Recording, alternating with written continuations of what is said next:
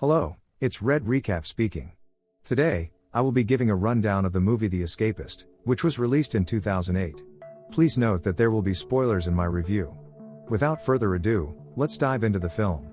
The movie begins as Frank Perry reminisces about his beloved daughter, Zoe.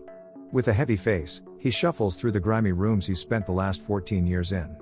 He sets out to do his daily chores, all too familiar with the routine. As he makes his way through to Gen Pop, he passes Ritza, the overall head leader of all the inmates. Shortly after that, the prison's boxing champion, 2 Ton, yells catwalk, signaling that a new batch of convicts is coming. The prisoners instantly leave their bunks to greet the new inmates. As their form of tradition, the prisoners yell and mock the half-nude men walking through the growing crowd. Perry gets paired up with one of the new inmates, a disheveled-looking lad who introduces himself as James Lacey. However, Perry ignores him, minding his own business as he always has in the past. Not too long after, an officer drops a letter into Perry's bunk. He quickly picks it up, confused. He hasn't gotten a letter in years. He eyes the packaging before promptly reading it. Suddenly, his heart drops when he reads that his daughter has turned into a drug addict and has suffered 2 cardiac emergencies. Trying to take in the information, he longingly stares at the picture of his daughter right before the lights turn off. As Perry gets swallowed up in the darkness, Lacey, too, is haunted by his own demons. He struggles to sleep as he hears all the other inmates screaming and taunting him from their bunks. Reality hits, and he knows he must find a way to survive in this hellish place. The next day, Perry manages to enter the chapel. With a heavy heart, he pulls out the letter. He admits in defeat that he feels powerless over his daughter's situation. At that moment, he decides that he needs to see his daughter somehow.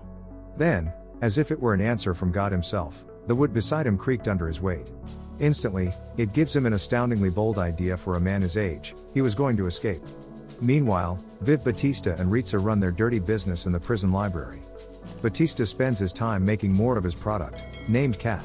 As he goes about his daily chores, Tony, a diehard junkie, begs him for Cat.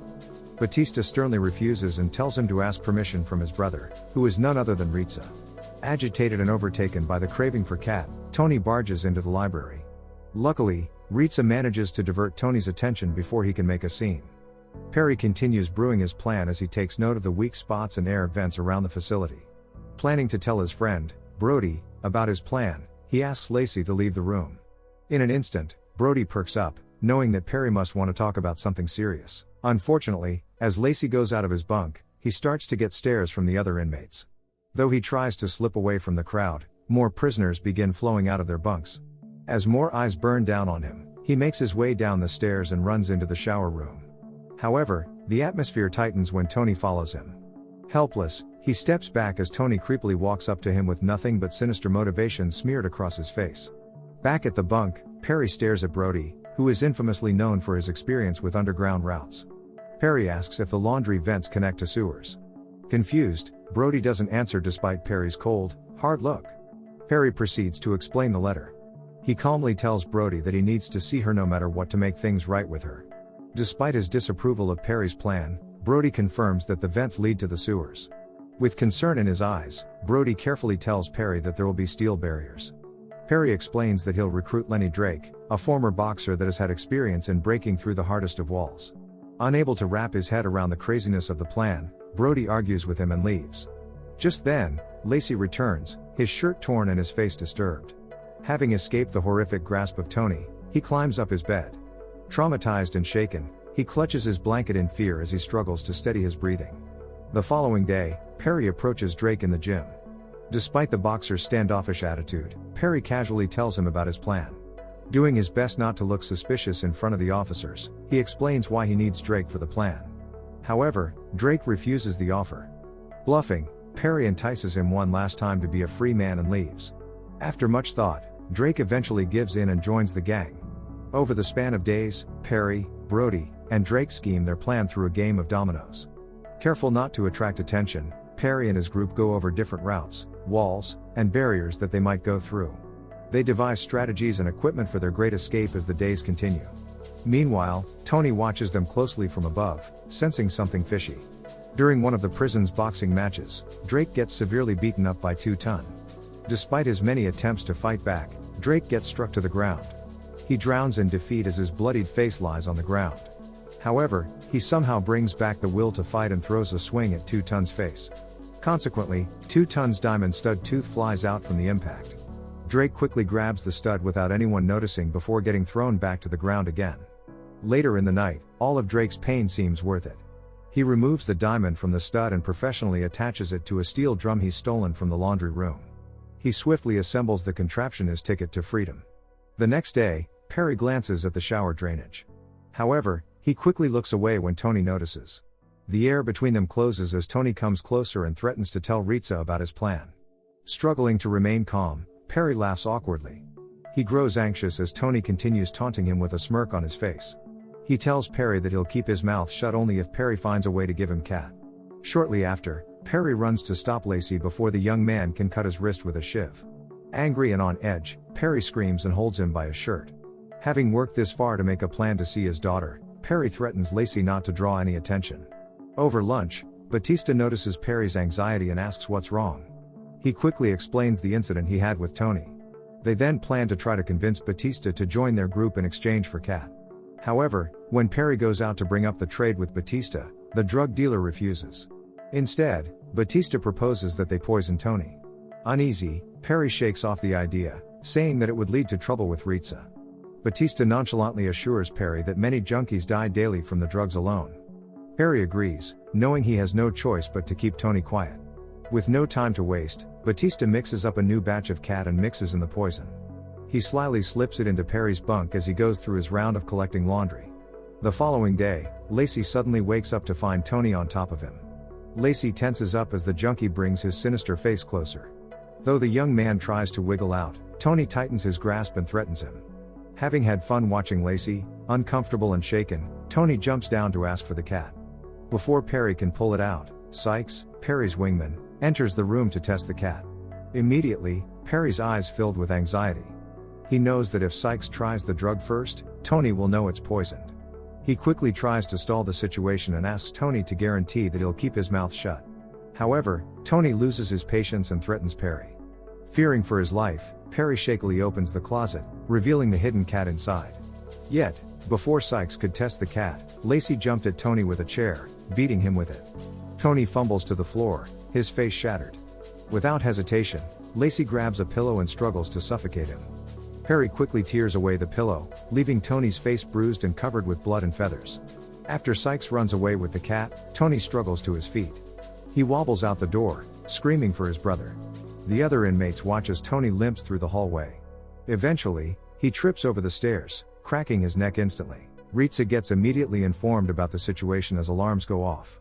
Without wasting a second, Perry bars the door and scrubs off the blood from the floor. Panting, he quickly goes to fix the beds. Despite his efforts, Perry knows that it's useless. As the alarms continue booming, a shuffle of feet surrounds the bunk from outside. Lacey trembles on the bed, fearing the consequences of his actions. Perry, then, makes a weak attempt at comforting Lacey. He glances at Zoe's photo as he tells Lacey that everything will be okay, something they both knew was a lie. After Lacey gets taken into isolation, Perry and his group debate whether they should leave Lacey. Perry firmly refuses to leave Lacey at the mercy of Ritza. However, he's won over when the rest of the group decides to leave Lacey behind. With that settled, the group continues to push the plan forward. After finding Sykes dead from the poisoned cat, Ritza enters Perry's bunk. In an instant, Perry turns uneasy. He shrinks in terror as Ritza's presence overpowers the room. Trying his best to remain calm, he offers Ritza a cigarette. Ritza calmly tells him that he doesn't like smoking around him. With chills running down his back, Perry quickly snuffs out his cigar. Then Ritza taunts him about his family. When he catches Zoe's photo, he picks it up with a sinister smirk on his face. Unable to do anything, Perry shifts in his seat as he eyes his daughter's photo. With a deadly stare, Ritza asks about the situation. Swallowing down his anxiety, Perry makes up a story, but to no avail, Ritza quickly picks up on the lie. As Perry avoids eye contact, Ritza's calm demeanor fades into anger. He threatens Perry and tells him to bring Lacey to his bunk when he returns. He leaves the room, leaving Perry on the edge of his seat. Despite Ritza's threats, Perry continues his plan with nothing else on his mind but Zoe, his only beloved daughter. The group sneaks their equipment into laundry baskets and hidden spots while remaining cautious. They hold their breaths as they prepare for the biggest escape ever attempted. However, their actions are interrupted by a pause when Perry gets called into the visiting room. Confused, Perry slowly walks into the room. On the other side of the glass, a woman is staring at him with droopy eyes. As the dread in the air builds up, the woman's facade breaks as she weeps in tears, shaking her head. Instantly, Perry knew, it was his daughter, and she was gone. With watery eyes, Perry unsteadily gets up in disbelief and leaves the room. When Lacey returns from isolation, he finds Perry sitting in his room. Sitting idly on his bed, he stares longingly at his daughter's picture. As if he's not going through pain, Perry casually asks Lacey where he's from. They engage in small talk, perhaps something Perry just needed to forget, even for a moment, that his beloved Zoe had overdosed. He shortly tells Lacey about Ritza's demand. Then Perry hands him a piece of paper and asks him to give it to Brody. Despite his confusion, Lacey leaves and does as he's told. Meanwhile, Perry lays in bed, depression slowly seeping in as he realizes that his only reason to live is now gone. As time seems to move faster than usual, Drake makes his way to the confession booth and starts the beginning of their escape. When Brody and Lacey arrive, Lacey gives Brody the paper. Brody reads the paper as the tension and heat of the moment continue to grow for their escape. His eyes slowly fill with angst as he continues reading. Perry had decided to be left behind. As the gang escapes, Perry goes into Ritza's bunk. Despite Ritza asking about Lacey, Perry sits down and casually talks to him about a book he's read. Annoyed that his question was ignored, Ritza asks again. However, Perry continues talking about the book. With unusual hope in his eyes, Perry happily tells Ritza that he's finally free, like his daughter. Smirking, Ritza laughs, calling it a delusion. He gets caught off guard when Perry stares at him with serious eyes. He tells Ritza that imagination is what protects people. As if he's lost all fear of Ritza, Perry looks him in the eye with pity and tells Ritza that he's living a lie by thinking that he owns everything and everyone. Perry shakes his head and quietly tells Ritza that no one will remember him. Offended, Ritza tries to intimidate and threaten Perry. However, he goes quiet when Perry smirks. He hands Ritza a shiv and tells him that Lacey is gone. Then he makes his way to the door but immediately stops when Ritza cold-heartedly stabs him in the back. With his breathing cut short, Perry drops to the floor as life slowly drains out of him. Paramedics and officers quickly came to his aid. However, Perry's disoriented mind begins fading into a fantasy. In a blur, thoughts of him escaping with his group pass by. He imagines himself crawling through vents and swimming through water as he and his gang reach a concrete wall. In his mind, he imagines losing Brody as his friend gets buried alive. Drowned with euphoria, he continues the fantasy of losing Drake and Batista as they run through the tracks. Eventually, he imagines reaching the station with Lacey. The movie ends as Perry reunites with his daughter in a blissful London park in the afterlife. That's all from the video. Thanks for your time. And take care.